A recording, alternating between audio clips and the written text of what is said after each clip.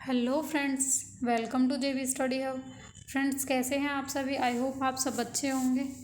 तो फ्रेंड्स, आज की जो वीडियो होने वाली है वो होने वाली है हमारी to the sky lark by William Wordsworth. तो फ्रेंड्स, अगर आप UGC NET, UP TGT, UP PGT, KVS, NBS की प्रिपरेशन कर रहे हैं तो फ्रेंड्स आपके लिए ये वीडियो बहुत ज़्यादा अच्छी इम्पोर्टेंट होने वाली है। और आई होप कि सारे कॉन्सेप्ट्स आपके इस वीडियो से, इस टॉपिक से रिलेटेड आज क्लियर हो जाएंगे। ओके फ्रेंड्स, तो फ्रेंड्स ज़्यादा टाइम ना वेस्ट करते हुए शुरू करते हैं आज की हमारी वीडियो। अगर आप हमारे चैनल जेवी स्टडी हब पर नए हैं तो फ्रेंड्स चैनल को सब्सक्राइब कर लीजिए, ठीक है। और वीडियो अगर पसंद आता है तो लाइक ज़रूर कर लीजिएगा और चैनल को सब्सक्राइब कर लीजिए और बेल आइकन भी प्रेस कर लें, जिससे कि आने वाली नई वीडियोस की नोटिफिकेशंस आपको पहले ही मिल सकें।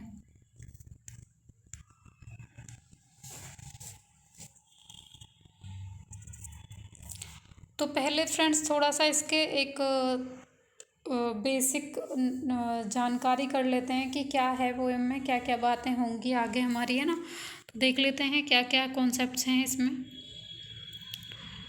The poem of William Wordsworth to the Skylark is a beautiful poem describing the activities of the skylark in the sky. He puts a series of questions in front of the lark.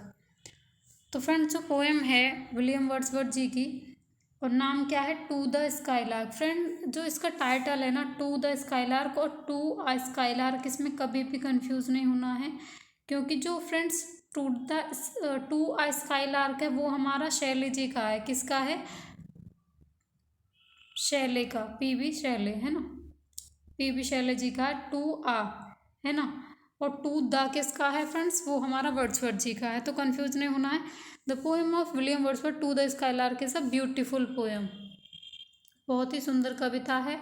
Describing the activities of skylark, जिसमें क्या किया गया है? Describe किया गया है activities उसकी, जो मतलब एक्टिविटीज़ हैं किसकी? स्काईलार्क की। स्काईलार्क क्या है फ्रेंड्स? एक छोटी सी चिड़िया है, एक वर्ड है ना, जो हमेशा आकाश में उड़ती रहती है। He puts a series of questions in front of the lark. He कौन है फ्रेंड्स? यहाँ पे वर्ड्सवर्थ जी हैं, और वो क्या करते हैं? उसके सामने बहुत सारे क्वेश्चंस रखते हैं। किसके सामने? लार्क के, स्काई लार्क के सामने। Okay, now he firstly asks the question whether he hates the ground below, as the poet always finds the bird flying up in the sky, or does his mind and eye still engrossed in the thought of home? The poet goes on to praise the bird for the sweet melody it produces, though he cannot drop in his home freely at will. Okay, तो friends start करते हैं। He firstly ask the question, सबसे पहला question क्या पूछते हैं? Whether he hates the ground, कि क्या उसे जो धरती पर आने से, जमीन पर आने से नफरत है। As the poet finds always finds the word flying up in the sky, क्योंकि जो पोइट है वो क्या देखता है कि जो वर्ड है, जो पक्षी है, वो हमेशा आकाश में ही रहता है। तो पूछ रहे हैं कि क्या तुम्हें पृथ्वी मतलब ज़मीन पर आने से कोई प्रॉब्लम है क्या? तुम्हें पसंद नहीं है क्या धरती पे आना? तो फ्रेंड्स फिर पूछते हैं, और does his mind and I still engrossed in the thought of home, या फिर उसकी आँखें और उसका दिमाग स्टिल एनग्रोस्ड मीन्स होता है फ्रेंड्स किसी चीज़ में एब्जॉर्ब्ड होना, है ना, तल्लीन होना, किसी चीज़ में मग्न हो जाना, इसी चीज़ के बारे में सोचते रहना। In the thought of home, या फिर तुम्हारी जो आँखें हैं, जो तुम्हारा दिमाग है, वो सिर्फ और सिर्फ अपने घर के बारे में सोचता रहता है, इसलिए नीचे नहीं आते हो। The poet goes on to praise the bird for the sweet melody it produce. फिर क्या करते हैं पोइट? उसकी प्रेस करते हैं, प्रशंसा करते हैं। फॉर द स्वीट मेलोडी, मतलब जो उसका जो मधुर संगीत है उसके लिए, मेलोडी के लिए उसकी तारीफ करते हैं। इट प्रोड्यूस, जो वो है निकालता है, जो वो संगीत गाता है, गुनगुनाता है, उसकी तारीफ करते हैं। तो he can not drop into his home freely at will, और पूछते हैं कि क्या तुम अपने घर अपनी मर्जी से आ जा नहीं सकते हो। क्या क्या पूछते हैं कि क्या तुम्हें पृथ्वी पर मतलब ज़मीन पर आने से नफरत है। और दूसरी चीज़ पूछते हैं या फिर तुम्हारे दिमाग में और आँखों में सिर्फ अपना घर दिखता रहता है। और तीसरी चीज़ फ्रेंड्स फिर से क्या पूछ रहे हैं कि या फिर तुम्हें क्या अपनी मर्जी से अपने घर पे आ जा नहीं सकते हो क्या, क्या प्रॉब्लम है तुम्हारी, है ना, ये पूछता है। फिर चलते हैं आगे। The skylark has been called a daring bird for the height at which it flies. He has a strong bonding with the home.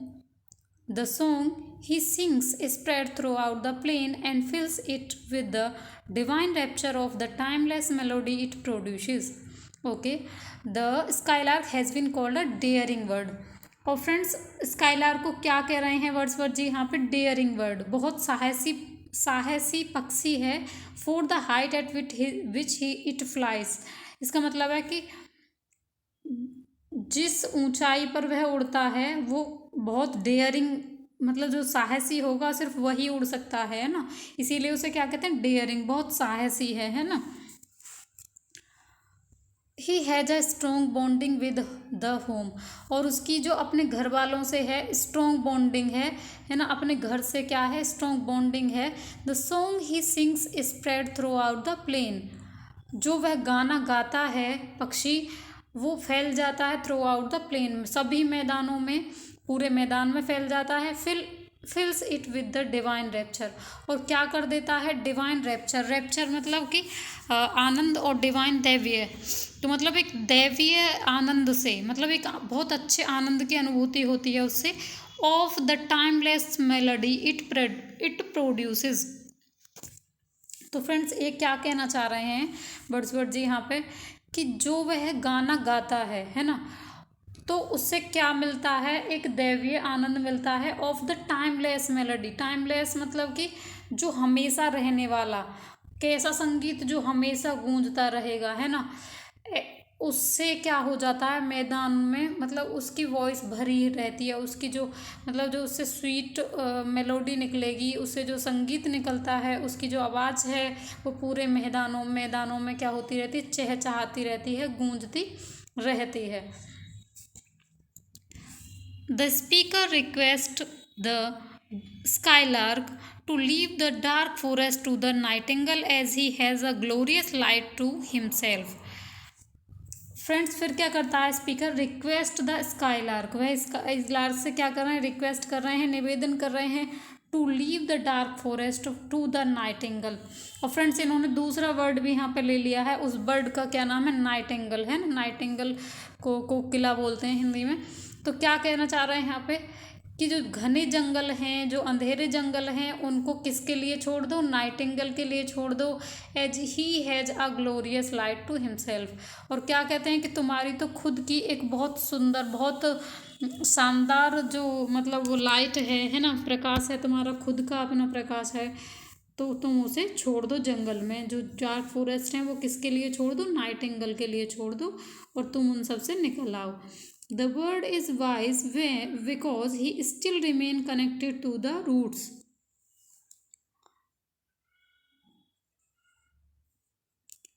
The nest end remains true to both the sky and the earth. तो क्या कर रहे हैं, word is wise, wise बुद्धिमान है जो पक्षी है, बिकॉज क्योंकि वह स्टिल रिमेन कनेक्टेड, अभी तक जुड़ा हुआ है किससे, द रूट्स, अपनी जड़ों से, एंड नेस्ट, जो उसके घोंसले हैं, जो नेस्ट होते हैं, जो उनके हाउस होते हैं, उनसे जुड़ा हुआ है। Remains true to both the sky and earth, और दोनों स्काई और अर्थ दोनों के प्रति वो क्या है, सच्चा है, दोनों के प्रति सच्चा है, ईमानदारी से जुड़ा हुआ है ना। आई होप क्लियर होगा यहाँ तक फ्रेंड्स, ठीक है। तो फ्रेंड्स ये थी इसकी समरी, ठीक है, क्या थी, समरी हो गई एक, मतलब एक ब्रीफ नोट हो गया कि मतलब क्या है, सेंट्रल आइडिया हमें इस पोएम का मिल गया। अब फ्रेंड्स क्या करते हैं कि अब इसके क्वेश्चंस कर लेते हैं, देखते हैं कि मतलब कब लिखा गया है, कब पब्लिश हुआ है, पेपर में कुछ भी पूछ सकते हैं, तो उसी हिसाब से सभी इम्पोर्टेंट फैक्ट्स को मैंने इस वीडियो में इंक्लूड करने की पूरी कोशिश की है। आई होप आपको ये पसंद आएगी। तो फ्रेंड्स स्टार्ट करते हैं आज के हमारे questions based on the poem name is to the skylark. To the kindred points of heaven and home are the lines of the poem। Lines कौन सी है friends? To the kindred points of heaven and home। तो friends पूछा गया है कि ये कौन सी लाइन है? ओपनिंग लाइन है, एंडिंग लाइन है, या सिक्स्थ लाइन है, या फिर एट्थ लाइन है?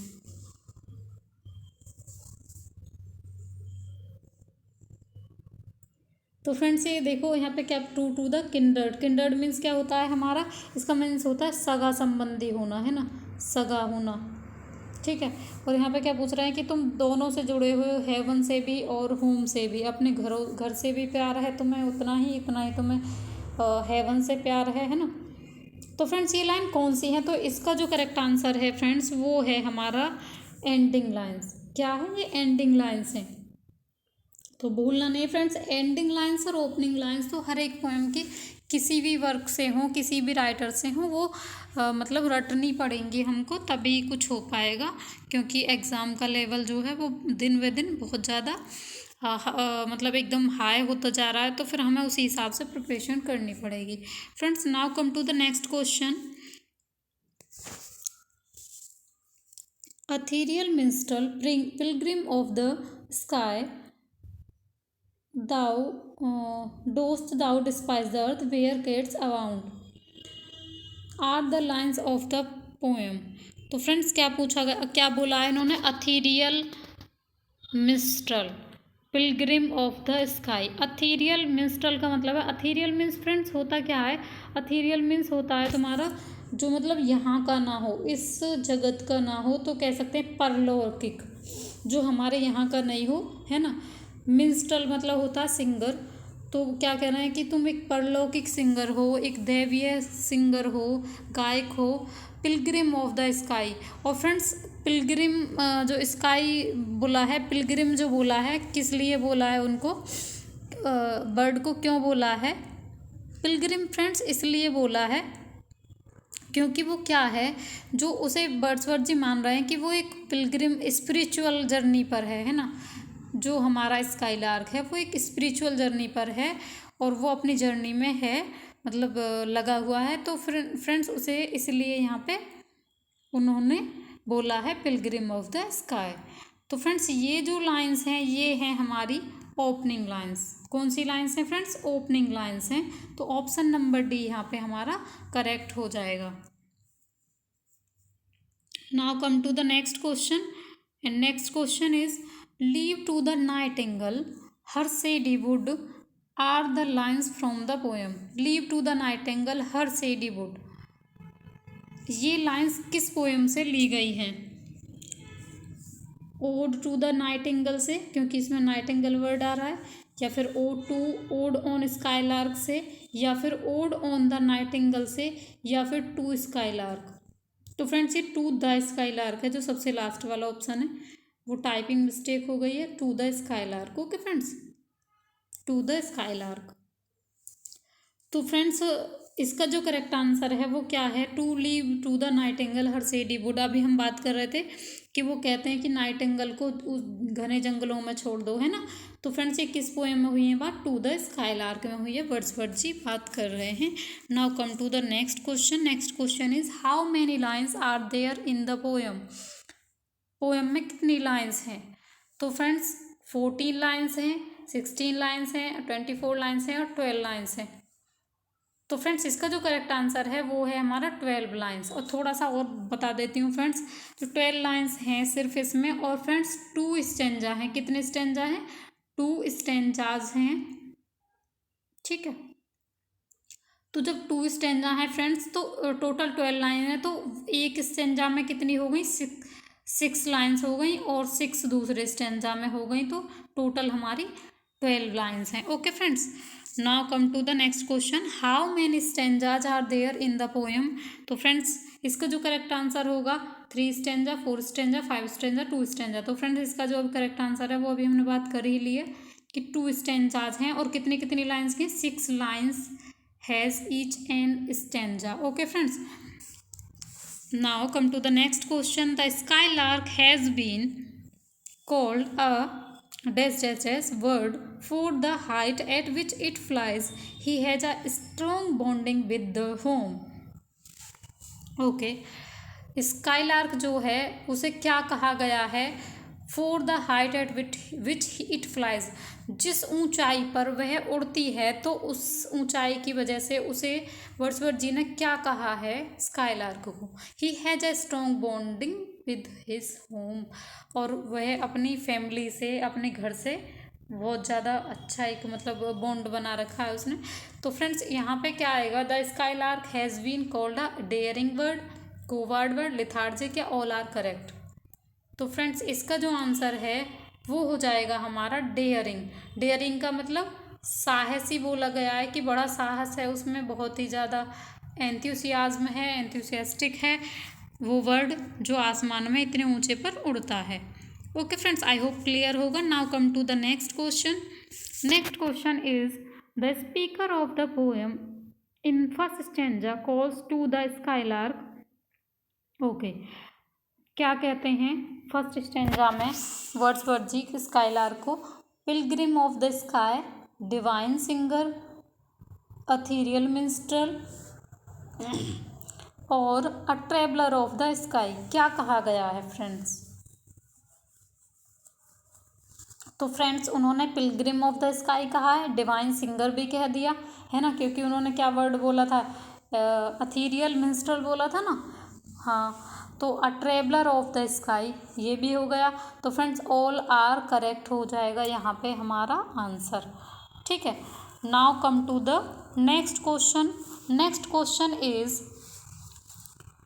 William Wordsworth composed to the skylark in year। तो फ्रेंड्स पूछा गया है कि स्काईलार्क जो है, टू द स्काईलार्क किस ईयर में इन्होंने इसे कंपोज किया है, किस ईयर में? 1798, 1825, 1800, 1802। तो फ्रेंड्स इसका जो करेक्ट आंसर है वो है 1825। 1825 में फ्रेंड्स इन्होंने इसे लिखा था। कंपोज पूछ रहा है फ्रेंड्स 1825 में। Now come to the next question. Next question is which William Wordsworth composed to the skylark in 1825 and it was first published in the year. किस ईयर में इसे पब्लिश किया गया था? लिखा तो किस में है? 1825 में, and it was first published in the year. तो फ्रेंड्स पब्लिश कब किया गया है? 1827 में, या फिर सेम ईयर 1825 में, या फिर 1829 में, या फिर 1826 में। तो फ्रेंड्स गैस कीजिए इसका आंसर क्या होगा? तो फ्रेंड्स इसका जो करेक्ट आंसर है वो है हमारा 1827 में। आफ्टर 2 ईयर्स इन्होंने इसे पब्लिश किया था। Now come to the next question, and next question is, sorry यहाँ पे थोड़ी सी मिस्टेक हो गई है फ्रेंड्स, यहाँ पे क्या है? It. Okay, it was written, it मतलब कि poem was written dash after the composition of Shelley's to a skylark. मैंने पहले भी बात की थी फ्रेंड्स, टू अ स्काईलार्क किसकी है? शैले जी की है, और टू द स्काईलार्क जो है वो हमारी वर्ड्सवर्थ जी की है। ठीक है, तो पी.वी. शैले की कंपोजिशन है to a skylark. After the composition of Shelley to a Skylark, Wordsworth had treated the highly admired Shelley's poem as an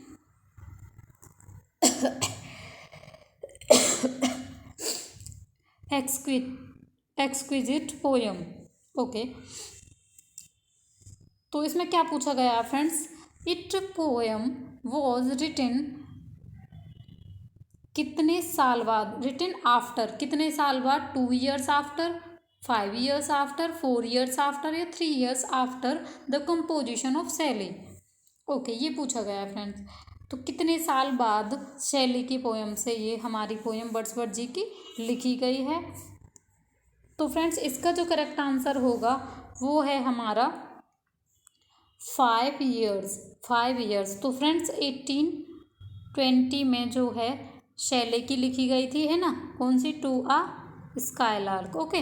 और 1825 में हमारी किसकी लिखी गई है, वर्ड्सवर्थ जी की लिखी गई है। आई होप क्लियर हो गया होगा। Now come to the next question. Wordsworth had been influenced by Shelley's poem. Wordsworth ji हैं वो इन्फ्लुएंस्ड हुए थे किसकी, शैले की किस पोयम से, जो इन्होंने क्या लिख दिया, टू द स्काईलार्क को लिखा है। तो किस से इन्फ्लुएंस्ड होके लिखा है, किस से इन्फ्लुएंस हुए हैं, शैले के किस वर्क से हुए हैं, टू द स्काईलार्क से, ये तो नहीं है क्योंकि ये तो वर्ड्सवर्थ जी का है। टू अ स्काईलार्क से, ओड टू अ नाइटिंगेल से, या ओड ऑन अ स्काईलार्क से। तो फ्रेंड्स इसका जो करेक्ट आंसर है, अभी हमने बात कर ही ली थी तो इसमें तो ज़्यादा कुछ करना ही नहीं है। टू अ स्काईलार्क किसकी है, शैलेश जी की है, ठीक है। तो इसी से इन्फ्लुएंस्ड हुए थे। Now come to the next question. Twixt thee and thine a never failing bond means that the bond between the dash dash dash is very strong and unbreakable, and this love for his home makes the song equally pleasant when on ground as well as in the sky। तो friends यहाँ पे क्या है, उन्होंने कौन सी जो ये word लिखे हैं, तो देखो ये वर्ड लिटरेचर वाले वर्ड ले लिए इन्होंने। ट्विस्ट, ट्विस्ट का मतलब क्या है फ्रेंड्स, बिटवीन। ट्विक्स्ट का मतलब क्या होगा, बिटवीन। क्लियर कर लेते हैं पहले, इसका मीन्स क्या होगा, बिटवीन, है ना, बिटवीन हो जाएगा। बिटवीन दी एंड दाइन, ती एंड ताइन। तो फ्रेंड्स थी किसे बोलेंगे, इनका प्रोनाउंसिएशन थोड़ा अटपटा रहता, थी एंड थाइन। तो फ्रेंड्स थी तो बोला जाता है यू को, है ना, थी किसके लिए यूज हो गया, यू के लिए। और THINE थाइन बोला जाएगा किसके लिए, योर्स, ठीक है।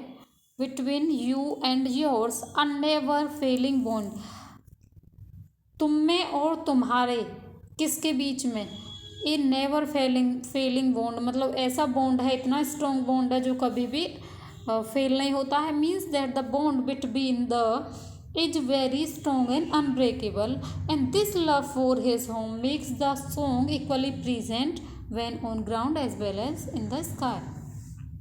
तो फ्रेंड्स सीधे सीधे ये पूछा गया है इस क्वेश्चन में कि थी जो वर्ड है वो किसके लिए यूज हुआ है, एंड थाइन किसके लिए वर्ड यहाँ पे यूज हुआ है। तो थी तो फ्रेंड्स स्काईलार्क के लिए हो गया है हमारा। और फ्रेंड किस किस किस में स्ट्रॉन्ग बॉन्ड दिखाया गया है, गैस कीजिए। Skylark and his home, skylark and his parents, skylark and the speaker, skylark and his mother. तो फ्रेंड्स वो स्टार्टिंग में ही हमने जब हम इसका सेंट्रल आइडिया देख रहे थे तो उसी में क्लियर हो गया था। तो उसे अपने घर से बहुत ज़्यादा प्यार है, स्काईलार्क एंड हिज होम। तो THINE जो वर्ड यूज हुआ है वो होम के लिए हुआ है, और THEE किसके लिए हुआ है, स्काईलार्क के। ओके, आई होप ये क्लियर हो गया होगा। Now come to the next question. In the last stanza, Wordsworth asks the skylark to leave the nightingale to the sky, Shadywood, his home, his flight। तो friends यहाँ पे पूछा गया है कि लास्ट स्टेंजा जो है उसमें वर्ड्सवर्थ जी ने स्काईलार्क को क्या छोड़ने के लिए कहा है, to the nightingale, to the, okay, nightingale को किसके पास छोड़ने के लिए कहा गया है, स्काई के पास, शेडीवुड, हिज होम, या फिर हिज फ्लाइट।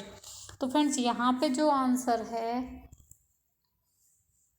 इसका जो आंसर है, उन्होंने कहा था कि शेडीवुड में किसे छोड़ दो, नाइटिंगेल को छोड़ दो, है ना। और तुम्हें किस पे रहना है, तुम्हें अपनी जो मतलब जो तुम्हारी जो साइट है, तुम्हारी जो मतलब खुद का लाइट है उसके उस पे रहना है ना। Now come to the next question. Next question is, in this poem the poet describes the dash dash dash and almighty। अच्छा, इस पोएम में पोइट ने किस किस चीज़ को डिस्क्राइब किया है, ऑलमाइटी के साथ साथ। Okay friends, the action of skylark, the behaviour of skylark, and appraisal of nature. A and B are correct, all are correct. तो फ्रेंड्स ये पूछ रहा है कि किस किस चीज़ की, सॉरी, वर्ड्सवर्थ जी ने बात की है। तो फ्रेंड्स एक्शंस क्या हैं उसके, सही है। बिहेवियर की भी बात की है कि मतलब वो कैसा है नेचर में, वो अपने जड़ों से जुड़ा हुआ है, अपने घोंसलों से भी जुड़ा हुआ है, आसमान से भी जुड़ा हुआ है ना। अप्रेजल ऑफ नेचर, और फ्रेंड्स अप्रेजल ऑफ नेचर का मतलब है कि उन्होंने प्रकृति का भी क्या किया है, इवेल्युएशन किया है, मूल्यांकन किया है ना, इवेल्युएट किया है ना पृथ्वी को भी, मतलब जो नेचर है, सॉरी नेचर को भी। तो फ्रेंड्स आप देख लीजिए क्या बैठेगा, A and B are correct या फिर ऑल आर करेक्ट। तो फ्रेंड्स इसका जो करेक्ट आंसर है वो होगा ऑल आर करेक्ट, क्योंकि इन दोनों चीज़ों के साथ साथ उन्होंने प्रकृति की सुंदरता, प्रकृति का भी मूल्यांकन किया है। आई होप यहाँ तक सभी चीज़ें क्लियर होंगी। Now come to the next question. Next question is what does the skylark symbolize in Wordsworth to the skylark. तो पूछा गया है फ्रेंड्स कि स्काईलार्क को किससे सिंबलाइज किया गया है ना, इन टू द स्काईलार्क, ठीक है। तो high imagination, eternal happiness, harbinger of peace and progress, या फिर ऑल। देख लीजिए फ्रेंड्स क्या होगा आंसर, गैस कीजिए।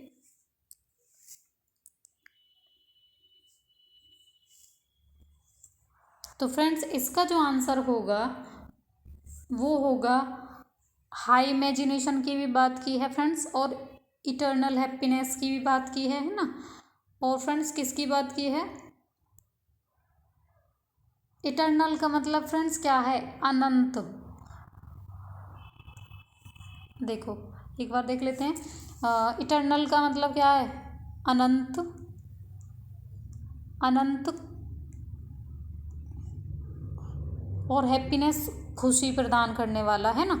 हरविंजर ऑफ पीस एंड प्रोग्रेस, तो फ्रेंड्स हरविंजर का मीन्स क्या होता है, इसका मीन्स होता है मैसेंजर। क्या होता है, मैसेंजर, है ना। मैसेंजर मतलब कि जो हमारे कह सकते हैं अग्रदूत, है ना, जो मतलब हमारी हर चीज़ को, मतलब हर एक मैसेज को हम तक पहुंचाता हो। तो वो किस चीज़ का, किसका हरविंजर है, मैसेंजर है, अग्रदूत है, क्या प्रदान करने वाला बताया गया है, पीस एंड प्रोग्रेस। क्या प्रदान करता है, ऐसा दूत है जो शांति और उन्नति की बात करता है। और फ्रेंड्स इटर्नल हैप्पीनेस का मतलब अनंत खुशी प्रदान करता है, और एक हाई इमेजिनेशन है उसकी, मतलब बहुत अच्छा हाई लेवल पे इमेजिन करता है। तो फ्रेंड्स इसका जो करेक्ट आंसर हो जाएगा वो है हमारा डी ऑप्शन। ये सभी क्वालिटी हमारी जो हमारा स्काईलार्क है वर्ड उसमें है। Now come to the next question, at which place to the skylark composed.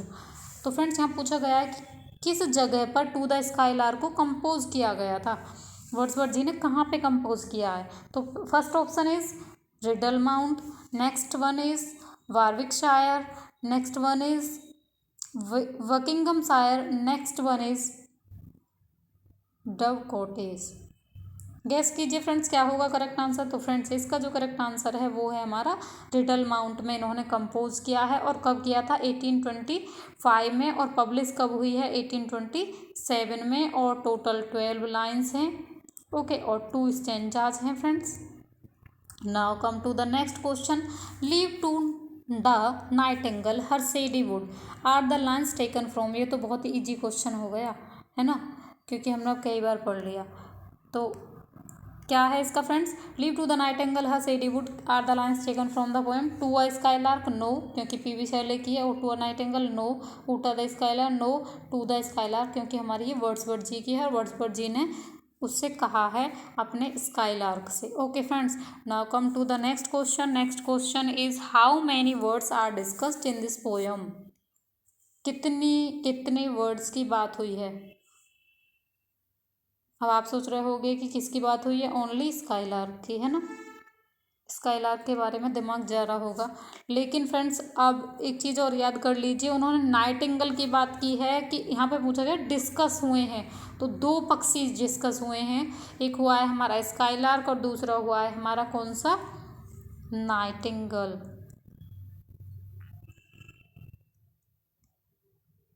Nightingale, है ना। तो फ्रेंड्स यहाँ पे क्या हो जाएगा answer, how many words are discussed in this poem, 1 2 3 4। तो फ्रेंड्स इसका जो करेक्ट आंसर हो जाएगा वो हो जाएगा हमारा 2, है ना, Nightingale and Skylark. Now come to the next question. Which words are discussed in this poem? कौन से पक्षियों को डिस्कस किया है वर्ड्सवर्थ जी ने? Skylark and cuckoo, skylark and nightingale, nightingale and cuckoo, all are discussed. No friends, all नहीं किए गए हैं। अभी हमने बात की ही थी स्काईलार्क और नाइटिंगल को किया है, तो बी ऑप्शन यहाँ पे बिल्कुल हमारा सही हो जाएगा। उन्होंने सिर्फ ये बोला था, वैसे कोई डिस्कशन नहीं है ज़्यादा बड़ा, सिर्फ नाइटिंगल की बात उन्होंने ये बोली थी कि नाइटिंगल को छोड़ो उस जंगल में, सीडी वुड में, और तुम वहाँ से बाहर आ जाओ, है ना। Now come to the next question and last question of the day. The skylark is a symbol of the dash dash dash of the divine. It cannot be understood by ordinary empirical methods. तो friends इन्होंने क्या माना है? इन्होंने कहा है the skylark is a symbol of, किसका symbol माना है फ्रेंड्स? मेलनकलिक स्पिरिट का, जॉयस स्पिरिट का, या इम्बाइब्ड स्पिरिट का, या फिर ऑल आर करेक्ट होंगे यहाँ पे। तो फ्रेंड्स देख लीजिए, गैस कीजिए जल्दी से। और फ्रेंड्स अगर देखो आंसर तो अभी कर लेंगे, अगर आपको वीडियो पसंद आई हो, आपको जो कॉन्सेप्ट्स है वो क्लियर हुए हों इस पोएम से रिलेटेड, तो फ्रेंड्स वीडियो को लाइक ज़रूर कर दीजिएगा, है ना। आपके एक लाइक से ना फ्रेंड्स एक मोटिवेशन मिलता है ना कि चलो भाई लोग हमारे काम को पसंद कर रहे हैं तो हम और मेहनत करें, है ना। एक पॉजिटिव एनर्जी मिलती है, बस और कुछ नहीं है ज़्यादा लाइक से, है ना। तो आई होप कि आप समझ रहे होंगे कि मैं क्या कहना चाह रही हूँ। तो फ्रेंड्स इसका जो करेक्ट आंसर है वो है हमारा to the skylark, sorry the skylark is a symbol of, किसका? जॉयस स्पिरिट का। यहाँ पे किस क्या माना है फ्रेंड्स उसे? वर्ड्सवर्थ जी ने जॉयस स्पिरिट माना है ना। मेलनकलिक नहीं माना, ना ही इम्बाइब्ड स्पिरिट माना। तो यहाँ पे ऑप्शन नंबर बी जो है वो हमारा बिल्कुल सही हो जाएगा। आई होप आपको वीडियो पसंद आई होगी फ्रेंड्स। अगर आप हमारे चैनल जेबी स्टडी हब पर नए हैं तो चैनल को सब्सक्राइब कर लीजिए, वीडियो पसंद आई हो तो लाइक कर दीजिए, और फ्रेंड्स जो बेल आइकन है उसे प्रेस करना बिल्कुल भी ना भूलें, जिससे कि आने वाली नई वीडियोज़ की नोटिफिकेशंस आपको पहले ही मिल सकें।